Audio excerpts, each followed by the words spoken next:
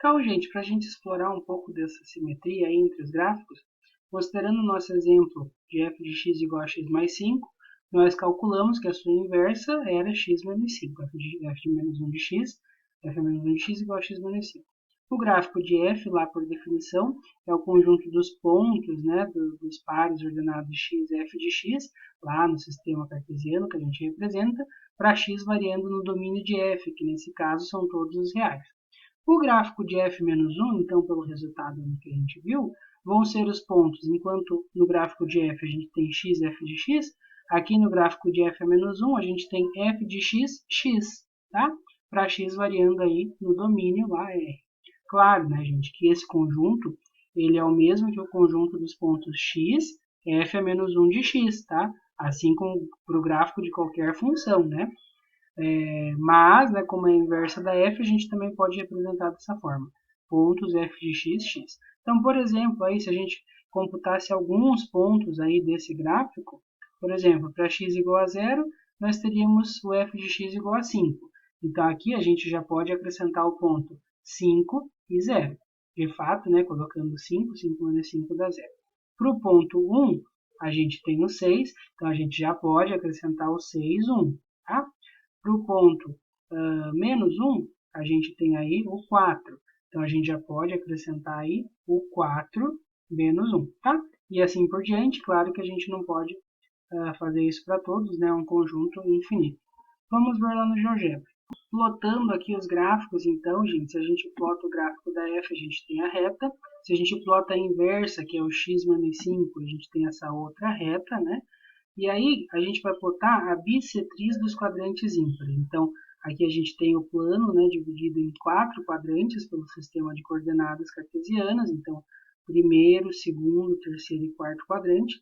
A bissetriz é essa reta aí passando pela origem, que é o gráfico da função f de x igual a x, ou a função identidade, como a gente viu. Então, a gente percebe que a simetria vai ser em relação a essa reta, né? Essa reta funciona como espelho.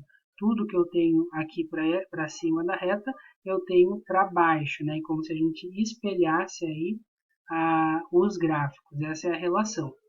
É claro, né, gente, para que a gente observe a simetria, a gente tem que estar usando a mesma escala, né? Tanto no eixo x quanto no eixo y. Para a gente visualizar melhor essa simetria, eu peguei também as funções x ao cubo, que é uma função injetora e sobrejetora, portanto, que admite uma inversa, né, por ser uma bijeção, e a sua inversa, então, que será a raiz cúbica de x, né? Claro, a raiz cúbica de x ao cubo é x, por isso que ela é a inversa. Então, plotando aí o gráfico da x ao cubo, a gente tem isso. Agora, usando esse eixo aí, essa reta aí, h de x igual a x, né, o y igual a x, que é a bissetriz dos quadrantes ímpares como espelho, a gente pode plotar o gráfico da raiz cúbica de x, né? Então, a gente observa bem aqui essa simetria, né? Tudo que eu tenho para cima, da reta, eu tenho para baixo, né? De forma espelhada. Vamos então aqui resolver um exercício, gente, é um dos itens de um dos exercícios da nossa lista lá sobre funções. Ele diz o seguinte: verifique se a função y igual a 1 sobre x para x maior que zero é bijetora. Em caso afirmativo, aqui tem uma vírgula, né, determine a sua inversa. Então veja aí, a primeira coisa, né, ele está dando então uma função f aí, dos reais positivos, ele está delimitando aí o domínio dos reais positivos, nos reais, né? E aí o nosso f de x para cada valor é o y ali dado, que é 1 sobre x, tá? Então, para verificar se é bijetora, primeiro a gente verifica se é ou não injetora. Como é que a gente verifica se é injetora? Parto lá de dois valores, x1 e x2, no domínio, tá? E admito tais que as imagens sejam iguais. Admito que essas imagens são iguais. Para provar que é injetora, eu preciso dessa igualdade chegar na igualdade de que os pontos são iguais, tá? Então, f de x1 igual a f de x2 vai nos implicar aí, o que é f de x1? A máquina f é 1 sobre x1. Lembrando que são valores maiores que zero. E a máquina f aí no x2 é f de x2, tá? Então, aqui eu posso fazer de várias maneiras, né? Multiplicar cruzado ou simplesmente inverter, né? Multiplicando aqui pelo x2, a gente vai ficar aí 1 sobre x1. Deixa eu voltar. 1 sobre x1 vezes x2 igual a 1. E agora a gente passa lá o x1 multiplicando. Então, a gente vai ficar 1 vezes x2 é x2 igual a 1 vezes x1, que é x1. Está aí, de f de x1 igual a f de x2, nós provamos que é x1 é igual a x2. Ou seja, sempre que as imagens são iguais, os pontos são necessariamente iguais, ou pela contrapositiva, que é equivalente, sempre que a gente parte de pontos diferentes, as imagens têm que ser diferentes. Portanto, provamos que f é injetora. Sobrejetora, né? Para ver se ela é bijetora. Sobrejetora. Será que para todos os reais eu consigo um valor de x que é para todo valor y real eu consigo um x que é elevado no y?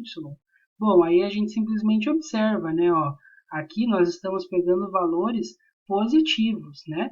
Então, quando a gente divide 1 por um valor positivo, dá um valor positivo. Então, se a gente toma y igual a menos 1, por exemplo, isso implica que não existe x em R positivo, que é o domínio, tal que f de x, que é o 1 sobre x, seja y, tá? Que é igual a menos 1. Porque dividir por um número positivo, dividir 1 por um número positivo, dá sempre um número positivo. Então, nessa configuração, a f não é injetora. Mas veja, a gente pode tornar ela injetora restringindo aí o contradomínio para a imagem. Então, se a gente restringe agora aí o contradomínio para os R positivos também, para coincidir com o domínio, aí a coisa já muda de situação, porque agora nós somos permitidos tomar valores aí estritamente positivos. Então, tome lá um valor y maior que zero. Quero um valor x maior que zero no domínio, tal que f de x, que é 1 sobre x, seja y. Agora, basta isolar, então, dessa equação aqui, 1 sobre x igual a y, a gente isola x em função de y. Passo o x multiplicando, x vezes y, e agora eu passo o y dividindo. 1 sobre y é igual a x. Encontramos aí o x que estávamos procurando. Para cada y positivo, tome x igual a 1 sobre aquele y, e esse valor, né, f de x, será tal que a imagem, né, f de 1 sobre y, é igual a 1 sobre o argumento, 1 sobre y, 1 sobre 1 sobre y é y. Tá? Encontramos, então, o valor x, que é elevado no y. A função, então, restringindo contra domínio para a imagem, fica sendo sobrejetora, injetora e sobrejetora, temos, então, que a função será bijetora. E essa regra aqui já nos dá a regra da inversa, né? Aqui, ó, x igual a 1 sobre y. Então, veja que engraçado, né? A inversa da f, eu vou usar aqui essa parte da injetora que a gente já usou. A inversa da f aí, ó, ela vai sair do contradomínio da f, chegar no domínio da f, para cada y, ela leva em x, né, igual a f a menos 1 de y. Então, tá aqui, ó, x igual a f a menos 1 de y, x igual a f a menos 1 de y, que é 1 sobre y. Tá? Então, a função e a sua inversa coincidem. Muito interessante, né? Vamos ver lá no GeoGebra. Então, aqui na abscissa, nós temos a reta y igual a x, no GeoGebra, desculpa, a reta y igual a x, que é a abscissa dos quadrantes ímpares, e o gráfico aí da f de x igual a 1 sobre x, onde eu restringo o domínio só para valores positivos, né? Então, veja que o gráfico é igual ao gráfico da inversa, né? E ele tem, então, essa simetria em relação a essa reta bissetriz, né? Tudo que eu tenho aqui para cima, eu tenho aqui para baixo de forma espelhada, né? Se a gente se formasse, é como se a reta aqui funcionasse como um espelho, né? Tem essa simetria também. Para a gente encerrar, então, essa segunda parte de generalidade sobre funções, eu gostaria de mostrar essa tabela. Isso tudo está disponível lá no material do professor Matheus, cujo link para o site está na nossa sala virtual, tá? A gente tem algumas transformações de gráfico.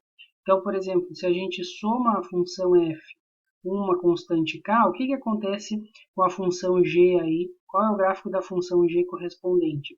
Se o k é maior que zero, a gente eleva o gráfico em k unidades. Se o k é menor que zero, a gente desce o gráfico em k unidades. Agora, diminuir uma constante no argumento da função, veja que não é diminuir da função, é no argumento, tá? É diferente. Se for positivo, ele se desloca para a direita em h unidades, cuidado que tem o sinal de menos. Se for negativo, ele se desloca para a esquerda, né? Que daí a gente soma alguma coisa aqui no argumento. Multiplicar por uma constante é esticar ou encolher o gráfico, dependendo se a constante é maior que 1 ou está entre 0 e 1 e é positiva, e encolher e esticar, ou esticar e inverter aí no eixo x, dependendo se a constante é negativa, tá? E depois multiplicar por constante no argumento, a gente então encolhe aí. Aqui multiplicar a gente encolhia ou esticava na vertical, multiplicar no argumento da função, ele estica ou encolhe na horizontal, né, em relação ao eixo x. E depois aí, dependendo, claro, e inverte também em relação ao eixo y, né, na horizontal, dependendo se a constante é positiva ou negativa, e tomar o módulo de uma função, aqui não é módulo de x, seria módulo de f de x, como o módulo ele pega só a parte positiva, então nos intervalos em que a função é positiva, o gráfico mantém o mesmo. Nos intervalos em que a função é negativa, o gráfico inverte para cima. Vamos tentar fazer uns testes também no GeoGebra. Tomei aqui então, gente, a função h de x igual a x à quarta menos 2x ao cubo menos x quadrado mais 2x. A gente até já tinha visto um gráfico semelhante no estudo das funções limitadas. Eu vou passar aqui então as transformações. Ó. A primeira é somar a função h de x com 2. O gráfico resultante sobe 2 unidades. Diminuir h de x, 2 de h de x, o gráfico desce 2 unidades. Agora, se eu somo ou diminuo 2 no argumento, tá? H de x mais 2. Eu caminho com ele 2 unidades para a esquerda. Ali no caso é menos 2, né? Então é como se viesse menos 2 unidades para a esquerda. Agora, menos 2, eu estou fazendo ali o 2, né? Então ele caminha 2 unidades para a direita, tá? Depois, multiplicar pela constante 2. O gráfico aí estica, tá? Na vertical, né? E multiplicar por meio, por exemplo. Ele encolhe na vertical. Multiplicar por menos 2, ele estica e inverte. Multiplicar por menos meio, ele encolhe e inverte. Depois, multiplicar por 2 no argumento, ele encolhe na horizontal, tá? E multiplicar por menos 2, ele encolheu aí e veio 2 unidades, né? Deixa eu tirar esse. Aliás, ele só encolheu, né? 2 unidades aí. Vamos comparar aí com o 2.